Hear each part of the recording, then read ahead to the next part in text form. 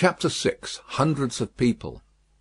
The quiet lodgings of Dr. Manette were in a quiet street corner not far from Soho Square.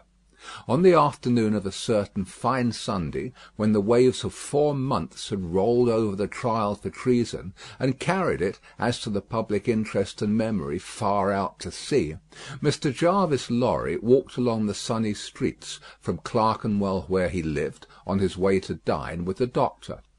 After several relapses into business absorption, Mr. Lorry had become the doctor's friend, and the quiet street corner was the sunny part of his life. On this certain fine Sunday, Mr. Lorry walked towards Soho, early in the afternoon, for 3 reasons of habit. Firstly, because on fine Sundays he often walked out, before dinner, with the doctor and Lucy. Secondly, because on unfavourable Sundays he was accustomed to be with them as the family friend, talking, reading, looking out of window, and generally getting through the day.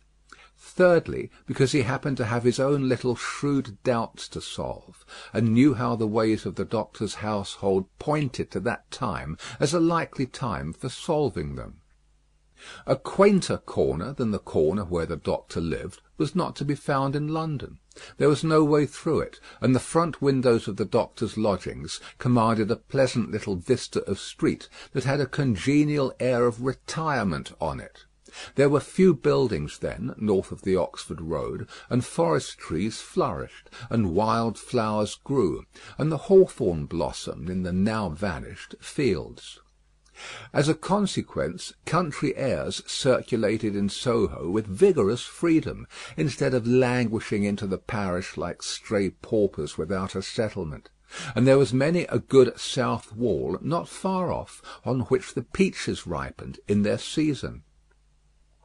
The summer light struck into the corner brilliantly in the early part of the day, but when the streets grew hot, the corner was in shadow, though not in shadow so remote but that you could see beyond it into a glare of brightness.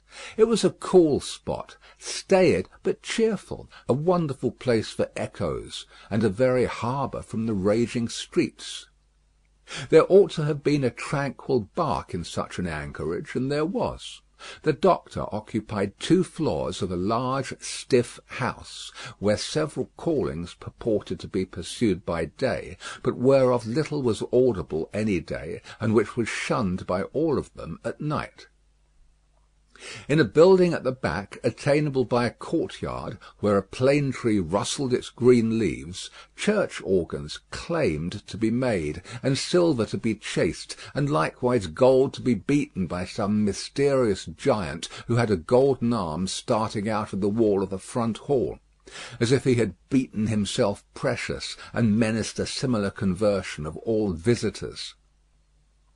Very little of these trades, or of a lonely lodger rumoured to live upstairs, or of a dim coach-trimming maker asserted to have a counting-house below, was ever heard or seen. Occasionally a stray workman putting his coat on traversed the hall, or a stranger peered about there, or a distant clink was heard across the courtyard, or a thump from the golden giant. These, however, were only the exceptions required to prove the rule, that the sparrows in the plane tree behind the house, and the echoes in the corner before it, had their own way from Sunday morning unto Saturday night. Dr. Manette received such patience here as his old reputation, and its revival in the floating whispers of his story, brought him.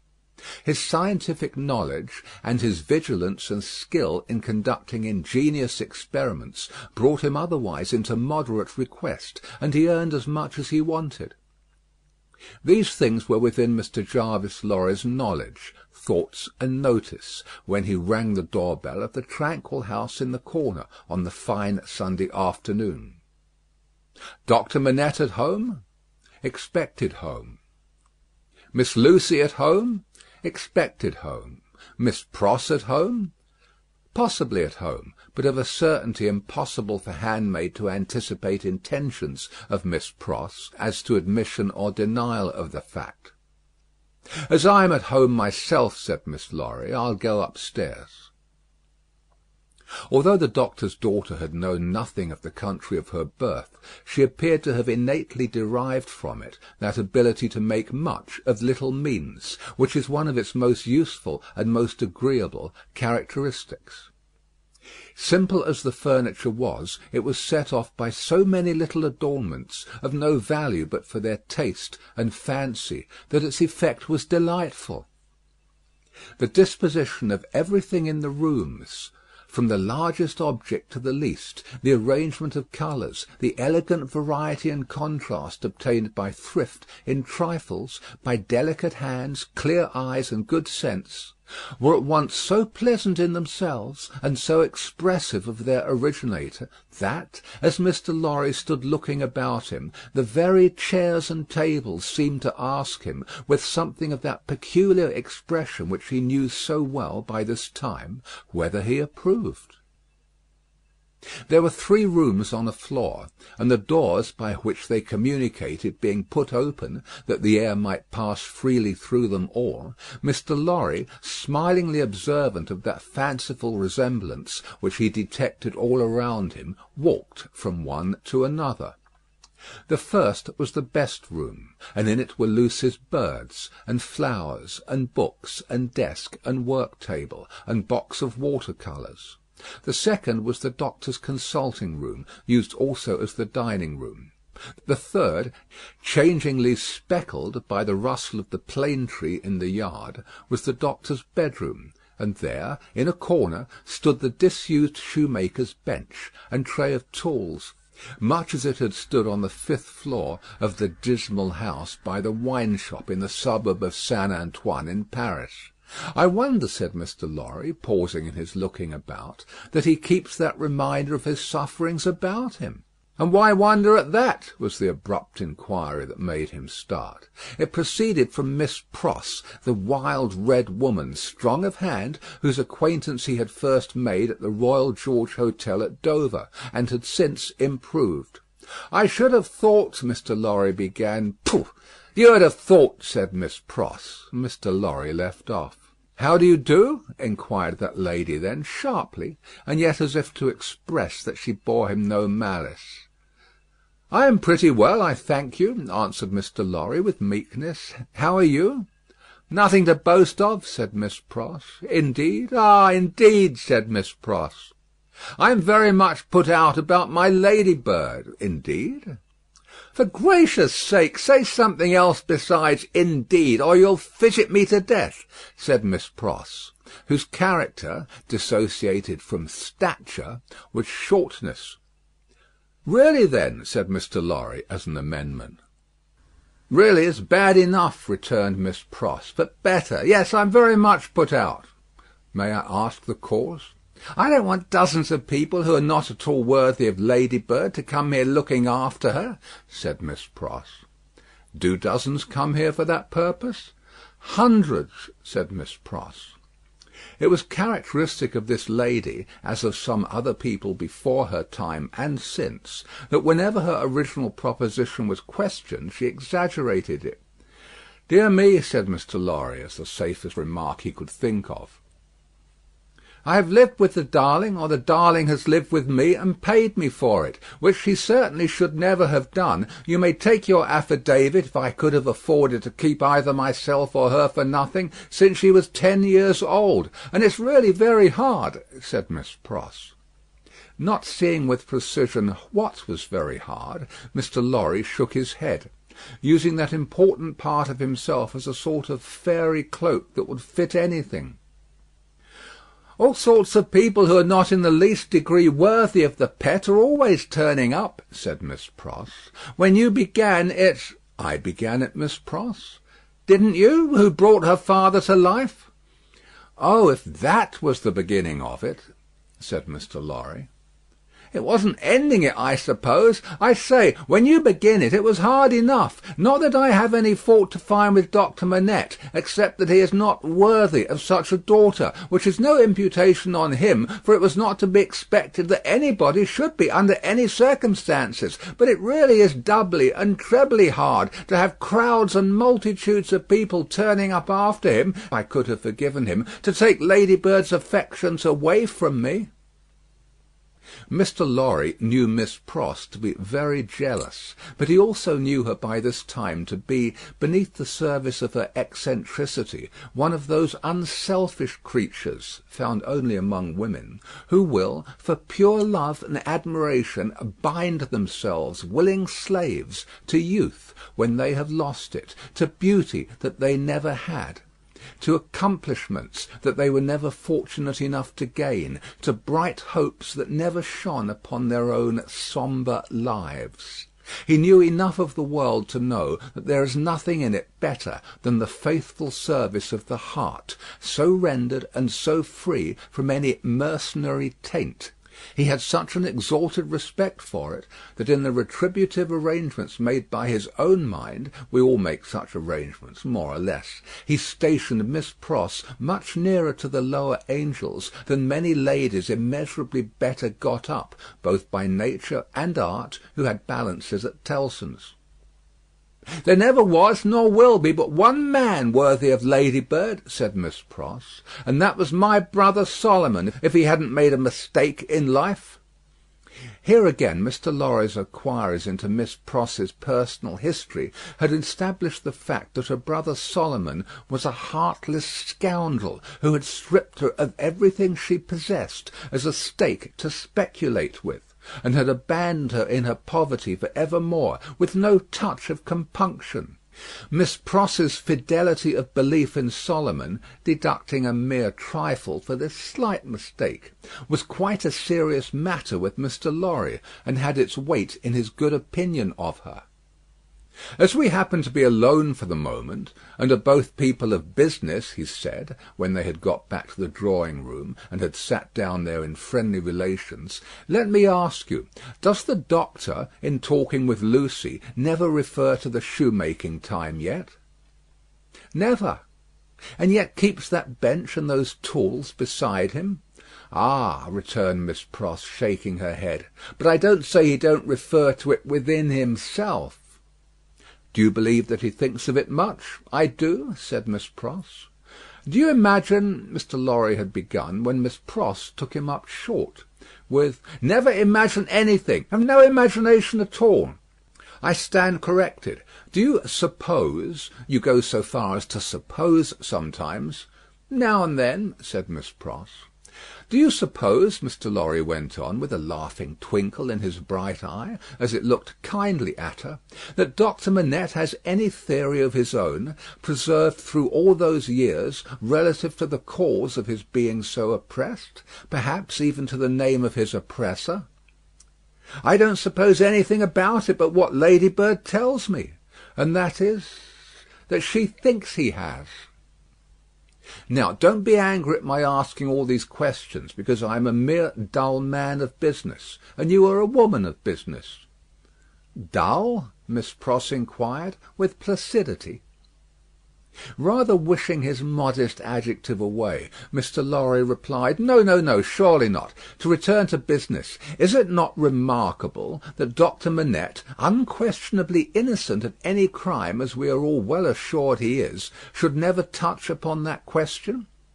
I will not say with me, though he had business relations with me many years ago, and we are now intimate, I will say with the fair daughter to whom he is so devotedly attached, and who is so devotedly attached to him.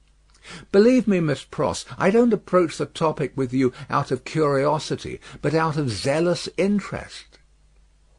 "Well, to the best of my understanding, and bad's the best, you'll tell me," said Miss Pross, softened by the tone of the apology. "He is afraid of the whole subject." "Afraid?"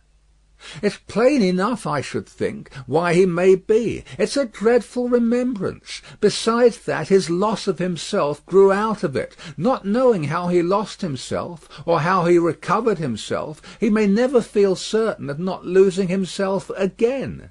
That alone wouldn't make the subject pleasant, I should think." It was a profounder remark than Mr. Lorry had looked for.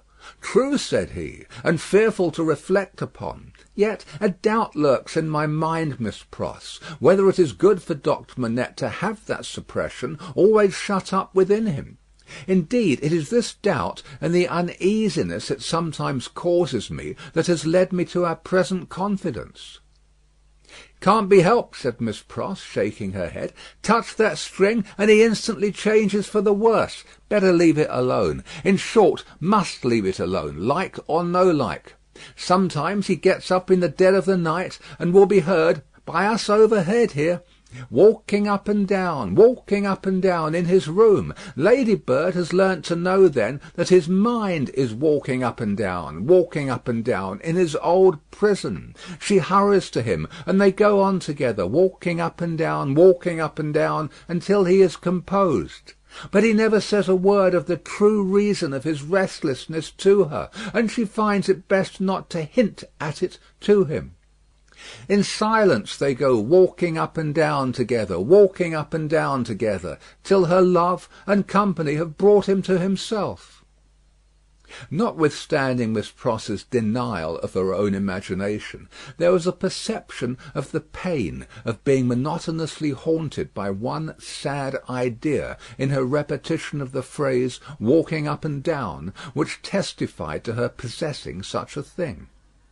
The corner has been mentioned as a wonderful corner for echoes. It had begun to echo so resoundingly to the tread of coming feet that it seemed as though the very mention of that weary pacing to and fro had set it going. "Here they are," said Miss Pross, rising to break up the conference, "and now we shall have hundreds of people pretty soon." It was such a curious corner in its acoustical properties, such a peculiar ear of a place, that as Mr. Lorry stood at the open window, looking for the father and daughter whose steps he heard, he fancied they would never approach. Not only would the echoes die away as though the steps had gone, but echoes of other steps that never came would be heard in their stead, and would die away for good when they seemed close at hand. However, father and daughter did at last appear, and Miss Pross was ready at the street door to receive them.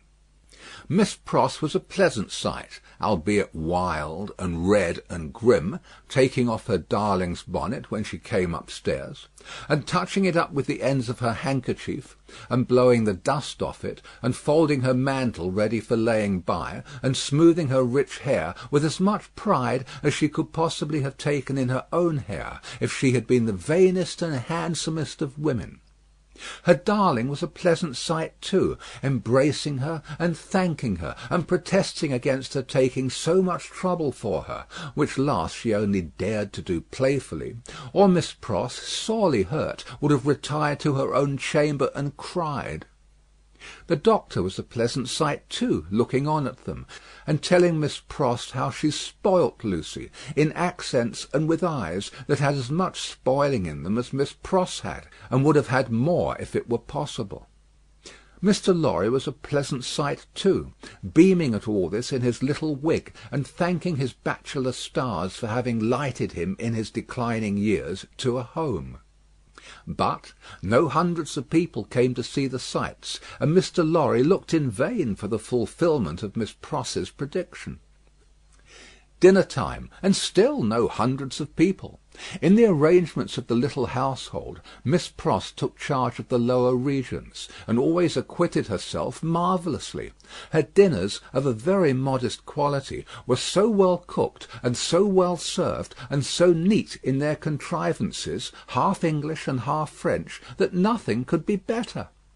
Miss Pross's friendship being of the thoroughly practical kind, she had ravaged Soho and the adjacent provinces in search of impoverished French who, tempted by shillings and half-crowns, would impart culinary mysteries to her. From these decayed sons and daughters of Gaul she had acquired such wonderful arts that the woman and girl who formed the staff of domestics regarded her as quite a sorceress, or Cinderella's godmother, who would send out for a fowl, a rabbit, a vegetable or two from the garden, and change them into anything she pleased. On Sundays Miss Pross dined at the doctor's table, but on other days persisted in taking her meals at unknown periods, either in the lower regions or in her own room on the second floor, a blue chamber to which no one but her Ladybird ever gained admittance. On this occasion, Miss Pross, responding to Ladybird's pleasant face and pleasant efforts to please her, unbent exceedingly. So the dinner was very pleasant too. It was an oppressive day, and, after dinner, Lucy proposed that the wine should be carried out under the plane tree, and they should sit there in the air. As everything turned upon her and revolved about her, they went out under the plane tree, and she carried the wine down for the special benefit of Mr. Lorry. She had installed herself some time before as Mr. Lorry's cup-bearer, and while they sat under the plane tree talking, she kept his glass replenished. Mysterious backs and ends of houses peeped at them as they talked, and the plane tree whispered to them in its own way above their heads. Still, the hundreds of people did not present themselves. Mr. Darnay presented himself while they were sitting under the plane tree, but he was only one. Doctor Manette received him kindly, and so did Lucy. But Miss Pross suddenly became affected with a twitching in the head and body, and retired into the house. She was not unfrequently the victim of this disorder, and she called it, in familiar conversation, a fit of the jerks. The doctor was in his best condition, and looked specially young. The resemblance between him and Lucy was very strong at such times, and as they sat side by side, she leaning on his shoulder, and he resting his arm on the back of her chair, it was very agreeable to trace the likeness. He had been talking all day on many subjects, and with unusual vivacity. "Pray, Doctor Manette," said Mr. Darnay, as they sat under the plane tree, and he said it in the natural pursuit of the topic in hand, which happened to be the old buildings of London, "have you seen much of the Tower?" "Lucy and I have been there, but only casually. We have seen enough of it to know that it teems with interest, little more." "I have been there, as you remember," said Darnay with a smile, though reddening a little angrily, "in another character, and not in a character that gives facilities for seeing much of it. They told me a curious thing when I was there." "What was that?" Lucy asked. "In making some alterations, the workmen came upon an old dungeon, which had been for many years built up and forgotten. Every stone of its inner wall was covered by inscriptions, which had been carved by prisoners, dates, names, complaints, and prayers. Upon a cornerstone in an angle of the wall, one prisoner, who seemed to have gone to execution, had cut as his last work 3 letters. They were done with some very poor instrument, and hurriedly with an unsteady hand. At first they were read as D-I-C, but, on being more carefully examined, the last letter was found to be G. There was no record or legend of any prisoner with those initials, and many fruitless guesses were made what the name could have been. At length it was suggested that the letters were not initials, but the complete word dig. The floor was examined very carefully under the inscription, and in the earth beneath a stone, or tile, or some fragment of paving, were found the ashes of a paper, mingled with the ashes of a small leathern case or bag. What the unknown prisoner had written will never be read, but he had written something, and hidden it away to keep it from the jailer. "My father!" exclaimed Lucy, "you are ill!" He had suddenly started up, with his hand to his head. His manner and his look quite terrified them all. "No, my dear, not ill. There are large drops of rain falling, and they made me start. We had better go in." He recovered himself almost instantly. Rain was really falling in large drops, and he showed the back of his hand with raindrops on it. But he said not a single word in reference to the discovery that had been told of, and, as they went into the house, the business eye of Mr. Lorry either detected, or fancied it detected, on his face, as it turned toward Charles Darnay, the same singular look that had been upon it when it turned towards him in the passages of the court-house. He recovered himself so quickly, however, that Mr. Lorry had doubts of his business eye. The arm of the golden giant in the hall was not more steady than he was, when he stopped under it to remark to them that he was not yet proof against slight surprises, if he ever would be, and that the rain had startled him. Tea time, and Miss Pross making tea, with another fit of the jerks upon her, and yet no hundreds of people. Mr. Carton had lounged in, but he made only 2. The night was so very sultry that although they sat with doors and windows open, they were overpowered by heat. When the tea-table was done with, they all moved to one of the windows and looked out into the heavy twilight. Lucy sat by her father. Darnay sat beside her. Carton leaned against a window. The curtains were long and white, and some of the thunder gusts that whirled into the corner caught them up to the ceiling and waved them like spectral wings. "The raindrops are still falling, large, heavy, and few," said Doctor Manette. "It comes slowly." "It comes surely," said Carton. They spoke low, as people watching and waiting mostly do; as people in a dark room, watching and waiting for lightning, always do. There was a great hurry in the streets of people speeding away to get shelter before the storm broke. The wonderful corner for echoes resounded with the echoes of footsteps coming and going, yet not a footstep was there. "A multitude of people, and yet a solitude," said Darnay, when they had listened for a while. "Is it not impressive, Mr. Darnay?" asked Lucy. "Sometimes I have sat here of an evening until I have fancied, but even the shade of a foolish fancy makes me shudder to-night, when all is so black and solemn." "Let us shudder too. We may know what it is." "It will seem nothing to you. Such whims are only impressive as we originate them, I think. They are not to be communicated. I have sometimes sat alone here of an evening, listening, until I have made the echoes out to be the echoes of all the footsteps that are coming by and by into our lives." "There is a great crowd coming one day into our lives, if that be so," Sidney Carton struck in his moody way. The footsteps were incessant, and the hurry of them became more and more rapid. The corner echoed and re-echoed with the tread of feet, some as it seemed under the windows, some as it seemed in the room, some coming, some going, some breaking off, some stopping altogether, all in the distant streets, and not one within sight. "Are all these footsteps destined to come to all of us, Miss Manette, or are we to divide them among us?" "I don't know, Mr. Darnay. I told you it was a foolish fancy, but you asked for it. When I have yielded myself to it, I have been alone, and then I have imagined them the footsteps of the people who are to come into my life and my father's." "I take them into mine," said Carton. "I ask no questions and make no stipulations. There is a great crowd bearing down upon us, Miss Manette, and I see them by the lightning." He added the last words after there had been a vivid flash which had shown him lounging in the window. "And I hear them," he added again, after a peal of thunder. "Here they come, fast, fierce, and furious."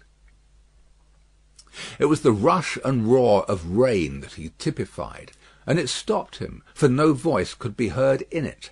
A memorable storm of thunder and lightning broke with that sweep of water, and there was not a moment's interval in crash and fire and rain until the moon rose at midnight. The great bell of St. Paul's was striking 1 in the cleared air, when Mr. Lorry, escorted by Jerry, high-booted and bearing a lantern, set forth on his return passage to Clerkenwell. There were solitary patches of road on the way between Soho and Clerkenwell, and Mr. Lorry, mindful of footpads, always retained Jerry for this service, though it was usually performed a good 2 hours earlier. "What a night it has been! Almost a night, Jerry," said Mr. Lorry, "to bring the dead out of their graves." "I never see the night myself, master, nor yet I don't expect to. What would do that?" answered Jerry. "Good night, Mr. Carton," said the man of business. "Good night, Mr. Darnay. Shall we ever see such a night again together?" Perhaps, see the great crowd of people with its rush and roar bearing down upon them too. End of Book 2, Chapter 6. Recording by Paul Adams. www.yawnguy.com